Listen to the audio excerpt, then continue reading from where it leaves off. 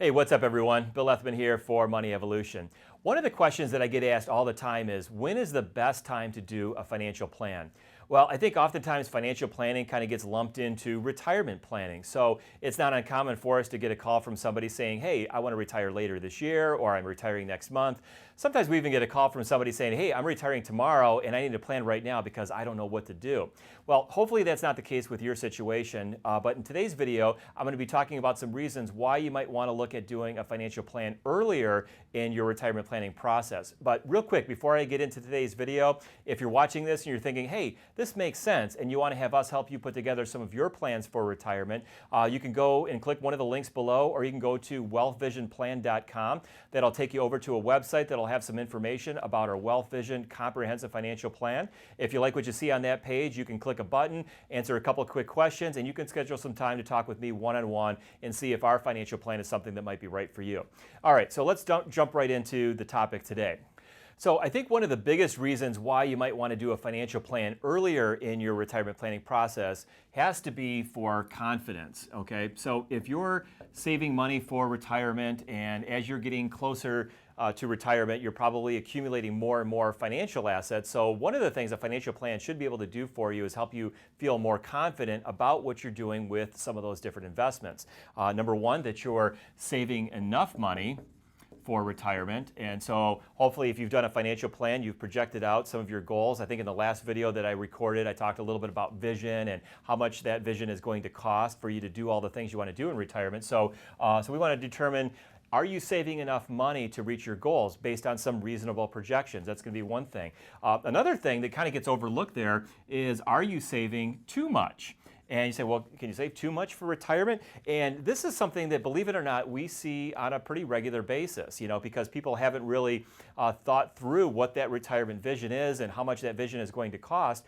And so in reality, they're actually putting away a lot of money, which is great for retirement. But when we start talking about that vision, they haven't really created a vision that has a cost that justifies the amount of money that they're saving. So in other words, they're sacrificing so much of their retirement, or so much of their current lifestyle today, for that future retirement lifestyle. And for a lot of these people, because they've lived a certain way, most of them just can't simply flip a switch and all of a sudden start spending 50%, or in some cases twice as much money as they were spending while they were working and accumulating these assets there. So are you saving too much?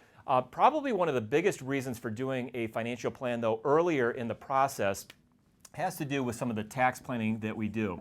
And so if you've watched some of my other videos, we've talked about that a lot. In fact, we actually have a thing where we call the 7 core elements of retirement planning. One of those I believe right now that's getting a lot of attention, especially from us, is this tax planning. And so if you think about, as you're saving money for retirement, you have a lot of different choices of where you can save that money. You can put it, of course, into traditional retirement accounts like 401k plan at work, where you're basically foregoing the taxes on that money today, but you'll have to pay taxes on that money down the road in retirement. And then you might also have some Roth money. That's something that Roth has not been around nearly as long as the traditional accounts. So chances are you probably, like a lot of people, have a lot less money in Roth accounts versus those traditional accounts. But you don't get the tax advantage now, but it's basically tax-free in retirement as long as it's a qualified distribution. And then you might have some money over here in a non-retirement bucket. Now, we've had other videos where I get into a lot of in-depth discussion about these different buckets, and if you want to check those out, you can go over to our YouTube channel and check out some of the other things on Facebook as well. But here in today's video, I want to kind of simplify this a little bit here and talk about why this is important to address earlier in the planning process, because we get people coming into us, and even if they're 1 or 2 years away from retirement, sometimes if they're 5 years away from retirement, they have these buckets so lopsided that it doesn't really allow us to do the kind of planning that we want to do.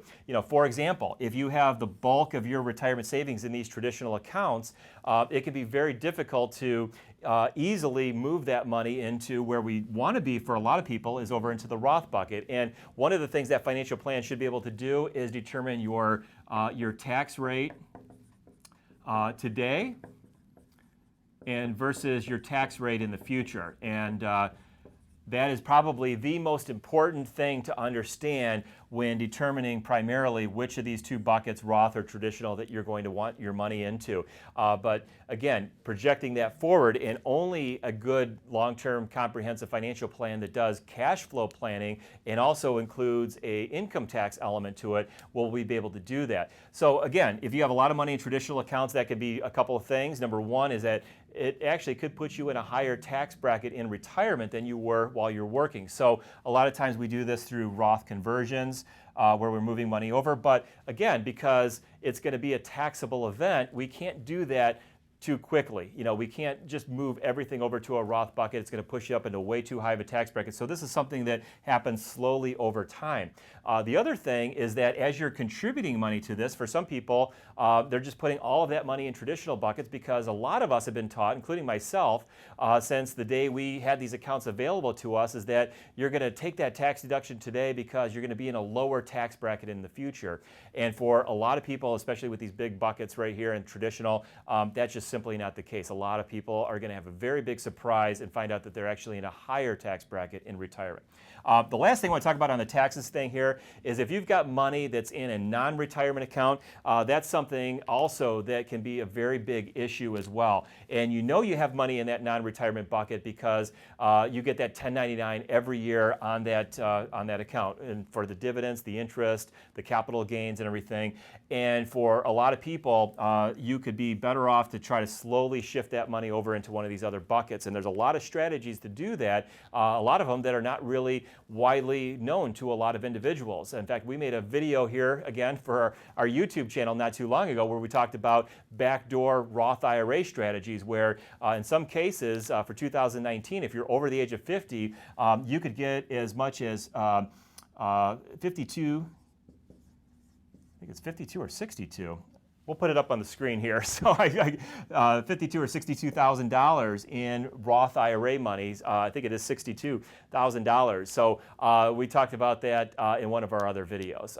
But anyway, that's a good reason to do a financial plan earlier in the process, because it allows you to kind of map this stuff out a little bit. So anyway, I hope this video has been helpful for you. And once again, if you're watching this video and you're thinking, hey, this makes sense, and I'd like to get some help on some of this stuff, I'd like to figure out where I'm at for these different tax buckets, and you want to have us help you do that, go to wealthvisionplan.com or click on one of the links right below this video. Again, if you like what you see on that page, you can set up a time to talk directly with me, and we can see if Wealth Vision is something that might be a fit for you. So with that, have a great day, and I'll see you back in one of my next videos.